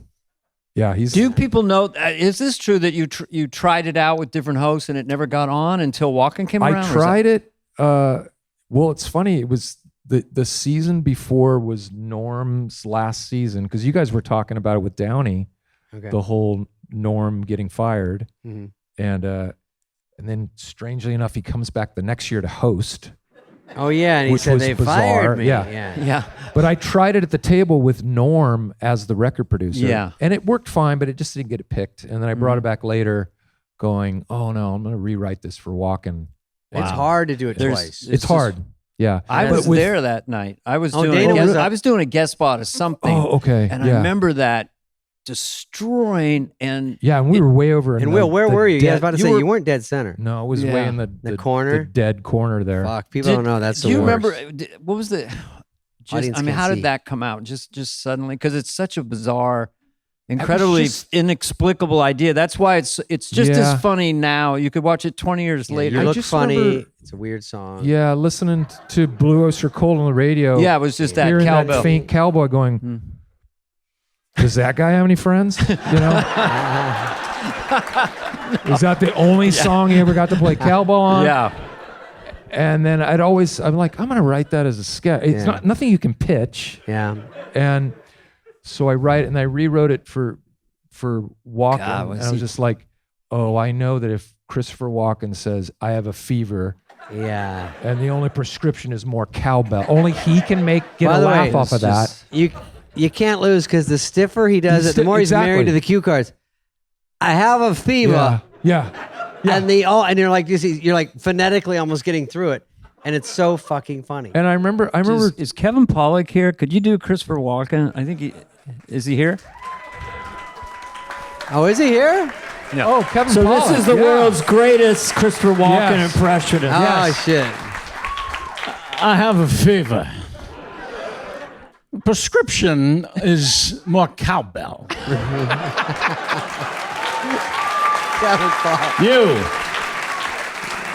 Kevin Pollak.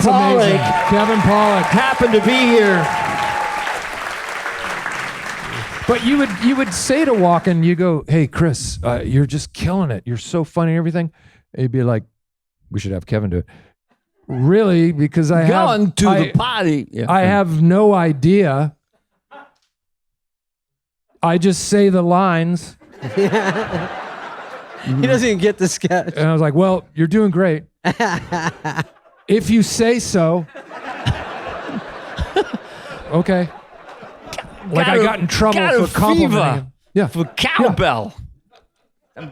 I'm just doing Kevin now, but there was something magic about that thing. Anyway, that was something special. I like those ones that live on forever. Those are great. Yeah. So Will Ferrell, you are one of the all-time, and you're still going strong. I don't know what you're doing next, but I was going to ask you, what's the longest break you've had in the last 25 years from doing show business? It seems like did you have 6 months off at one time? Oh, sure. So you take breaks. And what do you do during your breaks? You ran 3 marathons. Long time ago. That was just a passion? Yeah, just wanted to run. I retired in 2003. And Lauren wouldn't take you back. Right. Are your kids all taller than me yet? Oh, they're my 13-year. I'm like joking. My 13-year will dominate. Yeah. Yeah. I know kids are 11 when they're taller than me. I'm like, you just hang out, right? I'm Uber driver for my kid. You know, I have a sophomore in high school, go to his basketball games. That's kind of fun when they're love it. 10, 11, 12, and you're driving them to school, and I play a day in the life for them. Right.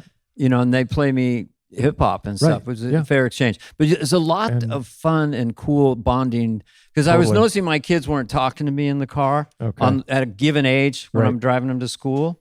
And then I would put on AM news radio, and a man was killed today and shot, blood was flying. Yeah. And they're like, Dad, what was that? What's going on? So that really would open them up. But you must have had experiences like that. Maybe it was, but truly, you must have made them fans. We've made a concerted effort to just take the whole summer off, no matter what I'm working on. So we go... I did that too. We go to Sweden, of all places, every summer. So my wife's Swedish. We have a place out there. The boys all speak Swedish. They hang out with their cousins. God, that's too cool. So they're just bonded with Sweden. Yeah. That's hip. Yeah. Isn't most of life just, I feel like even really busy people, most of life is hanging out and talking Absolutely. I mean, isn't that what we do most of the time? Yeah. I mean, we work and stuff. But we just trying to watch something on TV with your wife. I mean, do you watch live streaming simple shows? Pleasures. Yeah. Do you watch All Creatures Great and Small? If you want liquid Xanax, This is this brilliant show that's just But is so I 1940. thought the Beatles documentary was that too, in a way. Oh my God. we talk about that so much. Get Back. Yeah. Unreal. Well, it's nice of you to say that. I do am a bit older now. We appreciate that you like it, But we were just lads plunking. I don't know who that is. Is that Billy Preston? It's Billy Idol. Did you meet McCartney, Will, when you were on SNL? Do what? Did you see McCartney? Was he on when you were on? I don't know if he was. I think he was 93, He right? was on. I know when I was there with. He must have been. I know Mick Jagger. Oh, Jimmy did that Mick Jagger. Mick Jagger? Oh, well, I came in Lauren's office. This happened to you at Saturday Night Live once. Lauren's office in 8H just during the, and I just walked in and no one told me. And then just Mick Jagger's just sitting there with a little sweater and corduroy pants on and combed hair.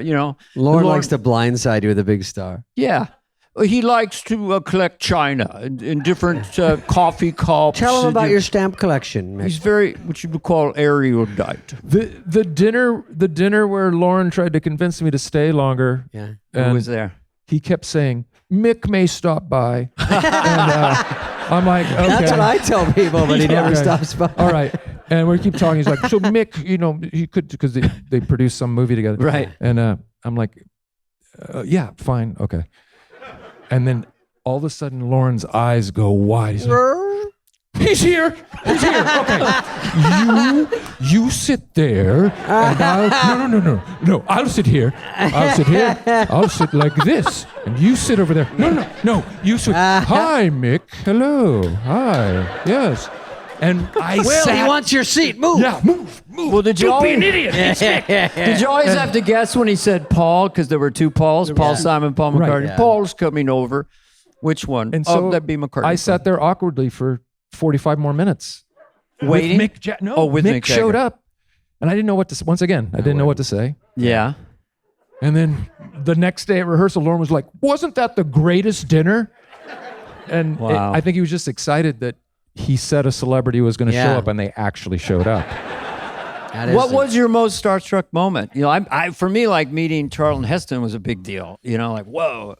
Because you meet these hosts and they're sitting down there and then they go, would you like to go say hello to Robert Mitchum? Sure. It's like you're walking down the hall. Marcy would come in. Get in there, Sharon Stone. No one's in there. I'm like, okay.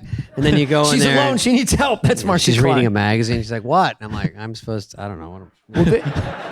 You know what I mean? Marcy. They Sharon did that in to there. me with George W. They called they had me. him. He was in the studio because they were going to tape one of those election specials, and they had Gore do his part, Yes. clear the studio. Then they bring W in there, and they call me at home. They're like, "Get down here. W's a huge fan, wants to meet you." And I just started doing the impression, and I was like, "Okay, okay."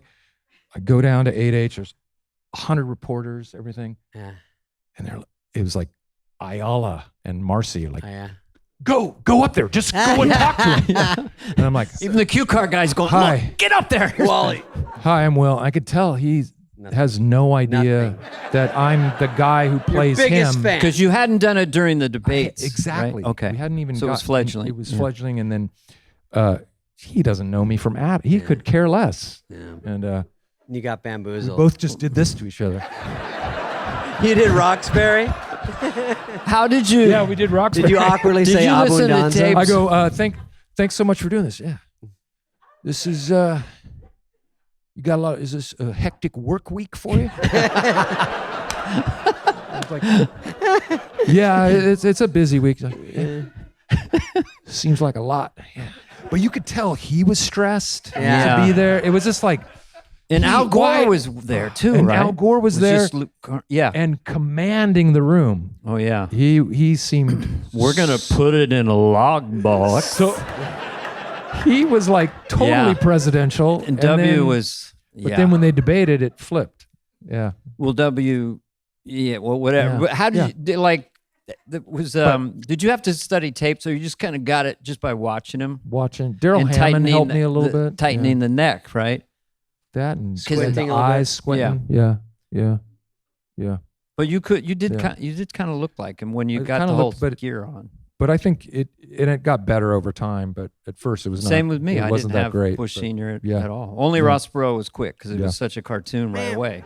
Can I finish one time? Can I finish one time? Can I finish one time? That's all it needed. Just that. One of James, the he's great- basically James Brown. Can I of do the it on the one? Great political. Can I do it on the one? Yeah. Get on up like a sex machine. And then- Sorry. Just shtick. Phil Hartman playing Admiral. What's his face? yeah. Whatever. The Oh, running Who was guy. that guy? Which one? No. Stockdale, is that it? Stockdale. Stockdale. And he couldn't hear. I don't want to hear that. Perot was That poor guy. driving Oh, him. you guys did the driving. Skit. Yeah, and then why don't you right. take a walk over there? And then And he's just going.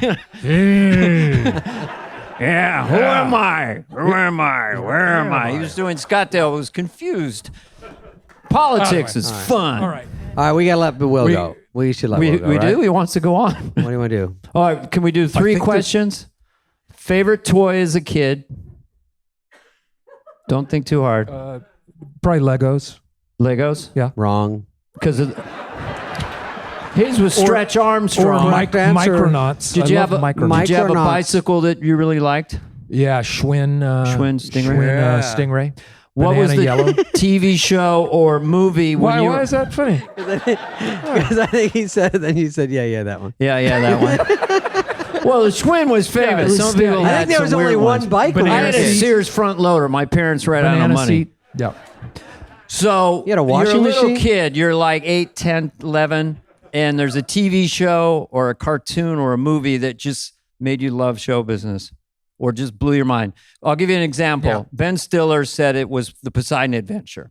Like Wow. that made him want to be a filmmaker. That was a cool movie. Gene Hackman. Well, I always loved Shelley Winters. Yeah.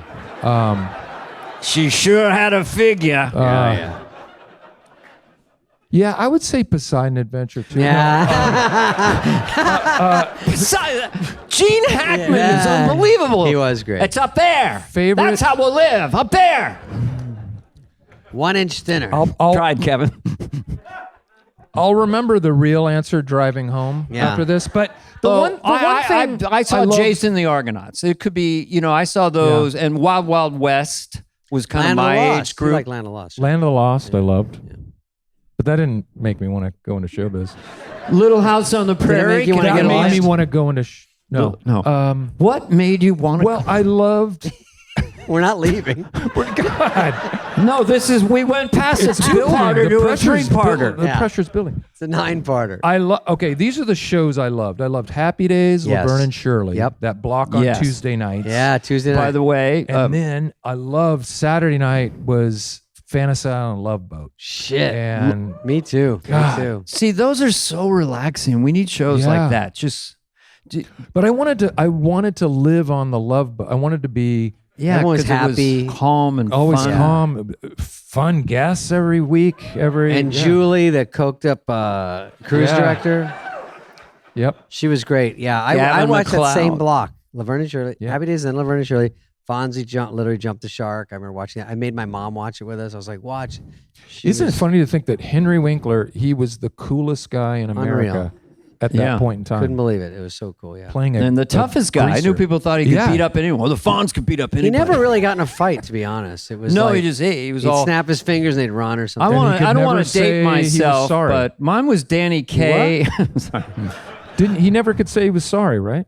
Or was that was his thing? Fonz. Yeah. He Oh, was I thought he too- couldn't say. Yeah, he couldn't say something. Maybe I love Something. you. Maybe sorry. Let's call Hank Winkler. I don't know. He's great in Barry. You know what? Let's look at a clip. Hey, No clips? What are you gonna do over He almost here? got it. Bifida. You just got a little touch of bifida. I did. Yeah. Spinal bifida. That's what we're gonna name this episode. Yeah. That's gonna be in the. It's like not funny. I don't know why we keep saying it. I know. Hey, let me take cool it down. Take it down as Denny Miller. Okay, Christ's sakes, we heard from the Spud Man with the spinal Spudley. bifida, raspberries, and the sound effects Well, guy's face. Ferrell Will's going to laid give us down. both a ride home. The feral cat brought it heavy today. Yeah, you did bring it, man. You're funny as My shit. Lincoln Town car is waiting for me. Yeah. I always request a Lincoln Town, late model Lincoln Town car. Did you buy something when you first got $1 million? You buy a crazy car or anything? I bought a something from the Elvis Elvis store. set list. I was thinking, sorry, I'm gonna jump. I don't want to be the joke of the thing. It's all good fun, Davey. Okay. I bought one of Elvis's guns, and I looked at the provenance, and it realized Spade was the previous owner. By the way, when he worked there, you were very polite. You're very nice. Yeah. I don't think you said you were in comedy at all. I don't think you told me that. But in fact, I still worked. I got hired at SNL, but they don't pay you till you show up. I had bills to pay. I was still answering the phones for like a month and a half. Did you have it transferred to your answering office? The phones at where? Here in LA. Oh, okay. At the art auction house. And my coworkers were like, "Didn't you get on Saturday Night Live?" I was like, "Yeah, but I don't leave till August, so I'm here." And they don't pay you anything. I read it said you were the highest paid cast member ever. Is that true?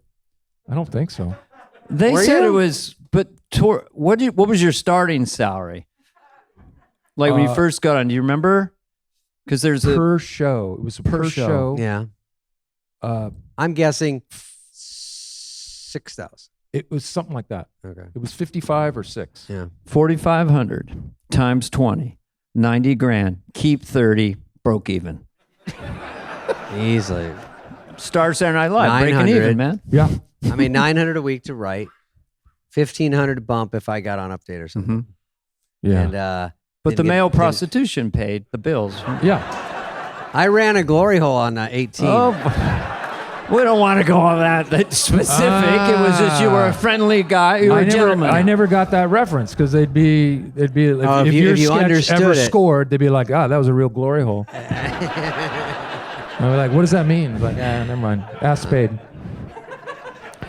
All right, we're going to take a break and come back with our guest today, Will Phineas. Second half will be better. Second half of the show. Second half of the show. Let's give everyone a 5. Second half will be better. Yeah, take 5.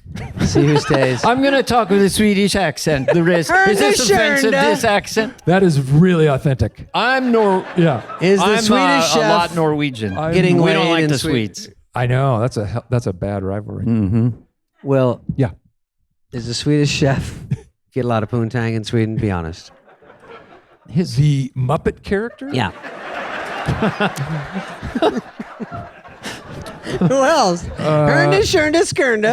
With you watched the Muppet Show, didn't you? With the human hand. Yeah. That guy was talented. I knew that when I watched. That guy was talented. He could cook. Yeah. And he had a presence. That made you want to be in show business, that character. That's the thing. God, that's your answer. We were trying to help you. Sesame Street. Yeah. All right. Good Lord. Well, they're turning the lights off. Okay. Okay. You guys, thank you, Will. Thank you so much for hanging with us. A great audience. The great Will Ferrell. Thank you very much. Hey, guys, if you're loving this podcast, which you are, be sure to click follow on your favorite podcast app. Give us a review, 5-star rating, and maybe even share an episode that you've loved with a friend. If you're watching this episode on YouTube, please subscribe. We're on video now. Fly on the Wall is presented by Audacy and executive produced by Dana Carvey and David Spade, Heather Santoro and Greg Holtzman, Maddie Sprung-Kaiser, and Leah Reese-Dennis of Audacy. Our senior producer is Greg Holtzman, and the show is produced and edited by Phil Sweettech. Booking by Cultivated Entertainment. Special thanks to Patrick Fogarty, Evan Cox, Maura Curran, Melissa Wester, Hillary Schuff, Eric Donnelly, Colin Gaynor, Sean Cherry, Kurt Courtney, and Lauren Vieira. Reach out with us any questions to be asked and answered on the show. You can email us at flyonthewall@audacy.com. That's AUDACY.com.